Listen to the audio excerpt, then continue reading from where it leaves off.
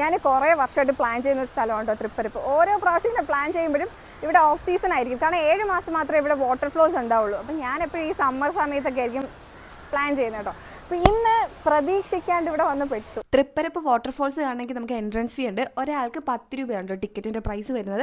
പിന്നെ വീഡിയോ ക്യാമറയൊക്കെയാണ് നമ്മൾ കൊണ്ടുവന്നെങ്കിൽ 150 രൂപയും, പിന്നെ സാധാരണ ക്യാമറ ആണെങ്കിൽ 20 രൂപ. ഇവിടെ വരുന്നുണ്ടെങ്കിൽ നമ്മൾ കുളിച്ചിരിക്കണം, അതാണ് അതിൻ്റെ ഒരു വൈബ്. പക്ഷേ ഞാൻ പ്രിപ്പയർഡ് അല്ലാത്ത കാരണം ഡ്രസ്സൊന്നും എടുത്തില്ല. ഇപ്പോൾ കാണാൻ വേണ്ടിയുള്ള ഭാഗ്യം മാത്രമേ ഉള്ളൂ.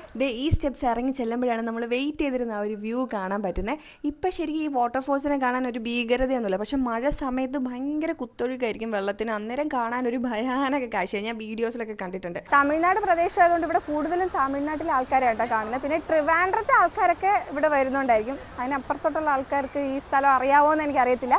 പറ്റുവാണെങ്കിൽ ഇവിടെ വരണം കേട്ടോ. വരുന്ന ആൾക്കാർ കുളിക്കാൻ വേണ്ടി മാത്രമായിരിക്കണം വരുന്നത്, കാരണം അല്ലാണ്ട് ഇവിടെ വന്നിട്ട് ഒരു കാര്യമില്ല. ഈ വെള്ളച്ചാട്ടം മുഴുവനായും പ്രകൃതിദത്തമൊന്നും അല്ല കേട്ടോ. ഈ കൊടയാർ എന്ന് പറഞ്ഞ നദിയിലാണ് ഈ വെള്ളച്ചാട്ടം ഉള്ളത്. ഈ പരിസര പ്രദേശങ്ങളൊക്കെ പണ്ട് നെൽകൃഷിയൊക്കെ ഉണ്ടായിരുന്നു. അപ്പം കുറച്ചുകൂടെ നെൽകൃഷി മെച്ചപ്പെടുത്തുന്നതിന് വേണ്ടിയിട്ട് പീച്ചിപ്പാറ എന്ന് പറയുന്നൊരു ഡാം ഉണ്ടാക്കി. ഡാം ഉണ്ടാക്കുമ്പോഴത്തേനും വെള്ളത്തിൻ്റെ ഒഴുക്കിനും കാര്യങ്ങൾക്ക് മാറ്റം ഉണ്ടാവില്ല. അപ്പം അങ്ങനെ ക്രിയേറ്റ് ആയ ഒരു വെള്ളച്ചാട്ടമാണ് ഈ തൃപ്പരപ്പ് വാട്ടർഫോൾസ്. ഇവിടെ ഒത്തിരി വർഷം പഴക്കം തോന്നിക്കുന്ന ഒരു കൽമണ്ഡപമൊക്കെ ഉണ്ട് കേട്ടോ. അപ്പോൾ ഇതിൻ്റെയൊക്കെ ഒരു വ്യൂ എന്ന് പറഞ്ഞാൽ ഒരു പഴമയിലോട്ടൊക്കെ നമ്മളെ കൊണ്ടെത്തിക്കും. പിന്നെ ഇവിടെ ഒരു ചിൽഡ്രൻസ് പാർക്ക് ഉണ്ട്, പക്ഷെ തുരുമ്പൊക്കെ പിടിച്ചിരിക്കുകയാണ് കേട്ടോ. അത്ര സേഫ് ആണെന്ന് എനിക്ക് തോന്നിയില്ല. എന്താണെങ്കിലും അവിടെ നിന്നുള്ള വ്യൂ ഭയങ്കര അമേസിംഗ് ആണ്.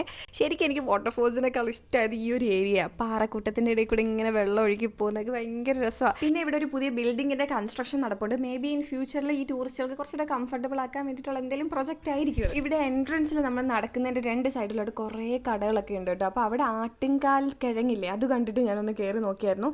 ഇതുകൊണ്ട് സൂപ്പൊക്കെ ഉണ്ടാക്കാൻ നല്ലതാണ് കേട്ടോ പറയുന്നത്. നമ്മൾ ശരിക്കും ആട്ടിൻകാലം കൊണ്ട് ഉണ്ടാക്കുന്ന അതേ ടേസ്റ്റ് ആണെന്നൊക്കെയാണ് കേട്ടേക്കുന്നത്. 1 കിലോയ്ക്ക് 150 രൂപയാണ് അതിൻ്റെ പ്രൈസ്. അപ്പോൾ ആ കടയിൽ തന്നെ ഇതേനൊക്കെ കാടമുട്ട ഫ്രൈ ചെയ്ത് കൊടുക്കുന്നുണ്ടായിരുന്നു, ഇങ്ങനെ സ്റ്റിക്കിലാക്കിയിട്ട്. അപ്പോൾ ഞങ്ങളും പറഞ്ഞു എടുക്കാനായിട്ട്. ഒരെണ്ണത്തിന് ഇത് 50 രൂപയാണ്, ഒരു സ്റ്റിക്കിന് 50 രൂപ. അപ്പോൾ ഇവർ ഫ്ലേവറിങ്ങിന് വേണ്ടിയിട്ട് ഉപ്പും കുരുമുളകും മാത്രമേ ഇട്ടിട്ടുള്ളൂ, വേറെ ഫ്ലേവറിങ് പൗഡറും കാര്യങ്ങളും ഒന്നുമില്ല. ഭയങ്കര ചൂടായിട്ടല്ലേ തരുന്നത്. എനിക്ക് പൊതുവെ ഇങ്ങനെ മുട്ട ചൂടോടെ കഴിക്കുന്നത് അങ്ങനെ ഇഷ്ടമൊന്നുമല്ല. ഇച്ചിരി എനിക്ക് തണുത്തിട്ട് കഴിക്കുന്നതാണ് കൂടുതൽ ഇഷ്ടം. അപ്പോഴാണ് എനിക്ക് കറക്റ്റ് ഒരു ഫ്ലേവറും കാര്യങ്ങളൊക്കെ കിട്ടുള്ളൂ. എൻ്റെ വായാണെങ്കിൽ പൊള്ളിപ്പോയി. ശരിക്കും എനിക്ക് ആസ്വദിച്ച് കഴിക്കാനൊന്നും പറ്റിയില്ല കേട്ടോ. ഞാൻ ഒരുമാതിരി ഇങ്ങനെ ചൂട് ഊതിയൊക്കെ കഴിക്കുമായിരുന്നു.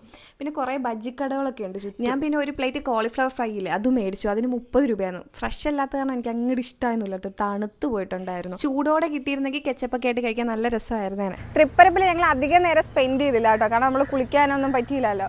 കുറച്ച് ഫുഡൊക്കെ കഴിച്ചിട്ട് ഞങ്ങൾ റിട്ടേൺ പോവുകയാണ്. പോകുന്ന വഴിക്കാണ് നെട്ട എന്ന് പറയുന്ന സ്ഥലം കേട്ടോ. ഭയങ്കര നല്ല ബ്യൂട്ടിഫുൾ ആയിട്ടുള്ള സ്ഥലമാണ്. അപ്പോൾ അവിടെ പോയിട്ട് ഫുഡൊക്കെ കഴിച്ചിട്ട് പോകാനാണ് പ്ലാൻ. അവിടെ അങ്ങനെ ഫുഡ് കഴിക്കണമെന്നുള്ള പ്ലാൻ ഉള്ളതുകൊണ്ട് ഞങ്ങൾ ഇവിടെ നിന്ന് കുറച്ച് സ്നാക്സ് ഒക്കെ കഴിച്ചുള്ളൂ. അപ്പോൾ അവിടെ പോയിട്ട് കാണാം കേട്ടോ. അത് അടുത്ത വീഡിയോ ആയിട്ടായിരിക്കും ഇടുക. അപ്പോൾ ബൈ.